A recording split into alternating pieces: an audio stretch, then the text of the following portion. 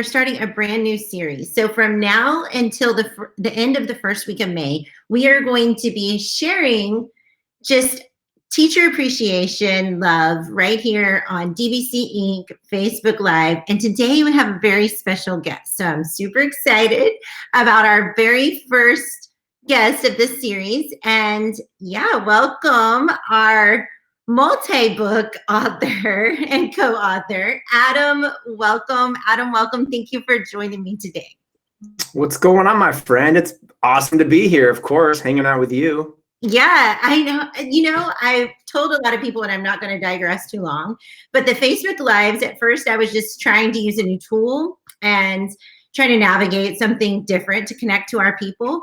And then I found that this has been very enjoyable for me because I miss connecting with people.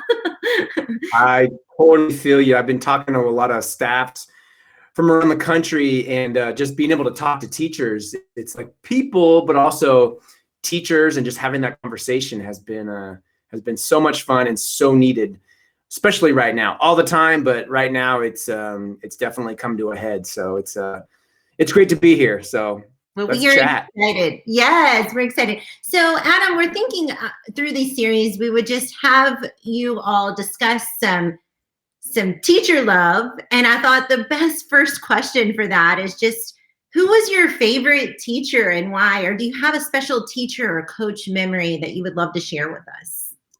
Yeah, oh my gosh, I have so many. And I usually talk about my dad because my dad was a teacher. He taught second grade for 35 years.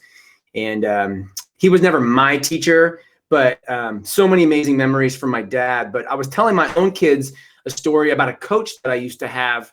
His name was Lou Cesario, and he was my freshman basketball coach. And he gave me a nickname that I had for 20 years. And that nickname started with him my freshman year of high school. And that is something I talk about a lot, is nicknames and having that personal connection with students. And I remember back when I was a teacher, I would give all my students nicknames, and some kids would say, "When am I going to get my nickname?"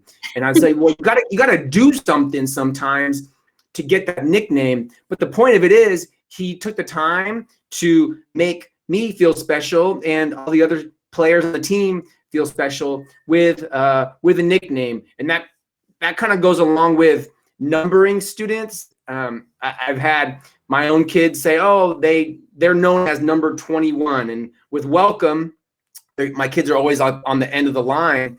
And I can see how numbering your students is great for organization, but our kids are not a number. And if they are referred to themselves as a number, I think there is a better way to organize your grading system and to refer to your students as a number. So just something to think about. Nicknames are powerful. I remember them 25 years ago. My nickname came to me, and kids are more than a number. So maybe don't number off your students. Something to think about. I love it. I remember my coach too. I had a few coaches that had nicknames for me, but one, my last maiden name was Payne. So a lot of times my coach would say, "No pain, no gain," like the old saying. But my first name, Tara, like one of my coaches called me pterodactyl. I don't know why, but on my birthday, I got this big pterodactyl with like balloons on it. And yeah, I just remember that. And like you said, nicknames just kind of stick. And it brings it's an anchor, as we talk about with learning. We try to provide these props or these actions and all these things to help kids remember whatever we're teaching them or sharing with them. And nicknames are an anchor. They bring you back to a memory, and you're like, "Oh, I can think about that. And I remember when they called me that and what I did to do that." So yeah, I love that. So any other memories you'd like to share, teacher memories, or maybe one, you were a principal for a long time. So maybe you can share a little bit about some of the teacher things that you've done in your school or celebrating your teachers. Any of those questions could be answered at this moment. Yeah, sure. So, my gosh, from my career as a teacher and vice principal, and I was also a director of innovation. And something that I've been thinking about a lot lately is the difference between engagement and entertainment. And I think that's something that I've seen a lot more of in my travels in recent years. I've just seen more people trying to entertain rather than engage. And it's different, and entertainers are on a cruise ship. And if you work on a cruise ship, I don't think anybody wants to be on a cruise right now, but if you work on a cruise ship, you have to entertain the people because they're there for a week or 10 days. And that's just really hard to do over a long period of time. So especially right now with distance learning, engagement and those engagement strategies, I think are just so much more beneficial, and they're going to last a lot longer, and they're going to get kids excited about learning regardless of where they are or when it is. Like I'm an excited learner because this book, this topic, or this project is engaging. And I would tell people, be fearful and be careful of all that you see on social media and on Instagram and on Pinterest, and take pieces of it and ask yourself, would I want to be a part of this lesson that is engaging? And I mean, an example is find a fun YouTube channel and have your students watch the YouTube channel, and then have them do some writing about the video. Have them do a reflection. And if it's on Google Docs, if they have a computer access, or if they're just writing it with pencil and paper, and then have them read that writing on Flipgrid. You create a Flipgrid and the kids read it. So they're watching something, they're writing, they're reading, just working on their voice and their intonation, and then bring digital citizenship into this and have them go watch 3 or 4 other Flipgrids from their class or their entire school. So to me, that is an engaging, pretty simple idea lesson that is less about dress up or maybe things that you don't have right with you at home. So yeah, those are the kind of lessons that we used to try to create, where the teacher was the catalyst and brought the kids on a journey, but the kids were very much on the journey. It wasn't about just the teacher, the sage on the stage. They were the guide on the side, bringing the students along for the learning experience.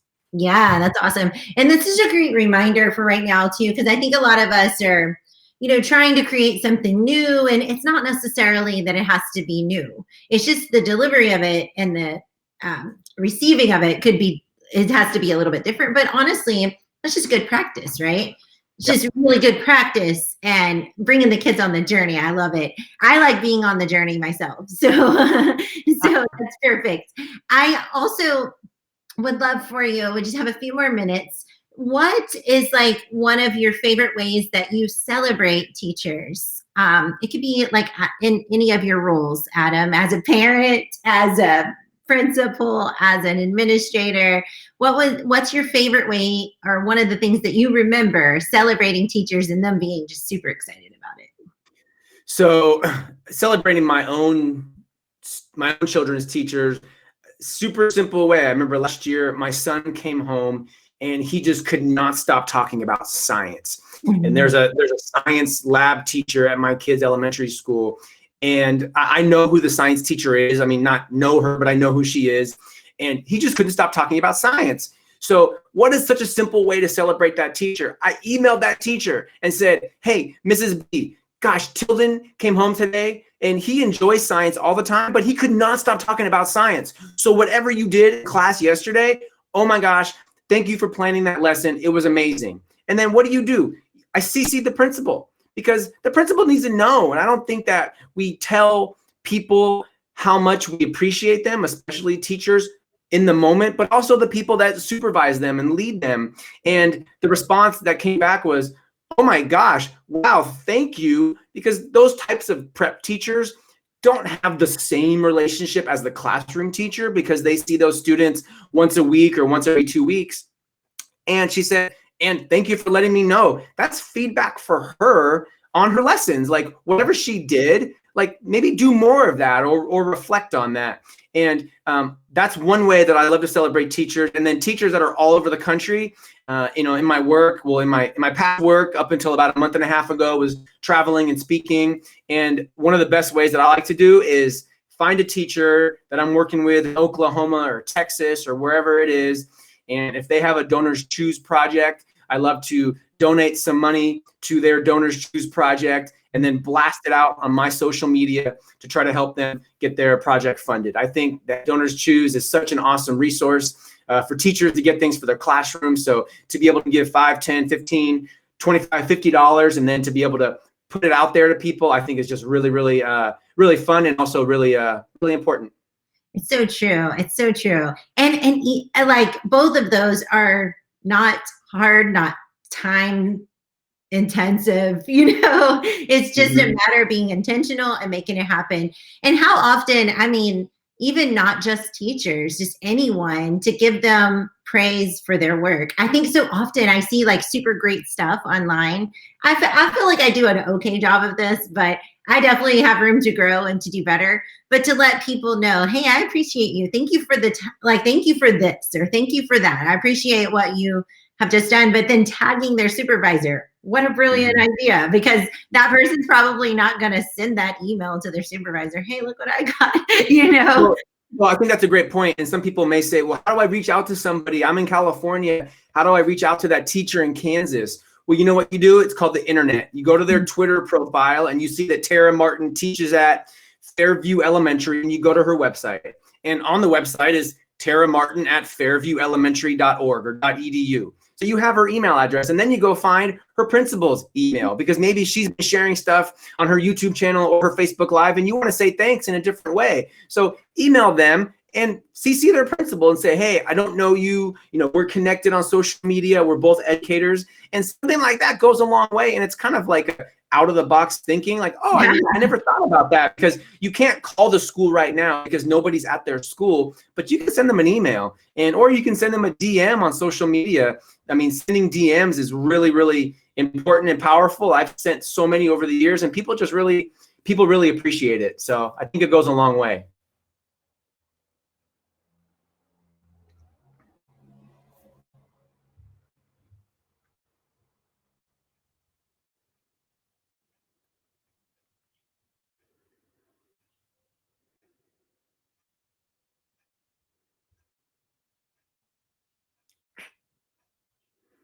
Uh-oh, Tara's frozen.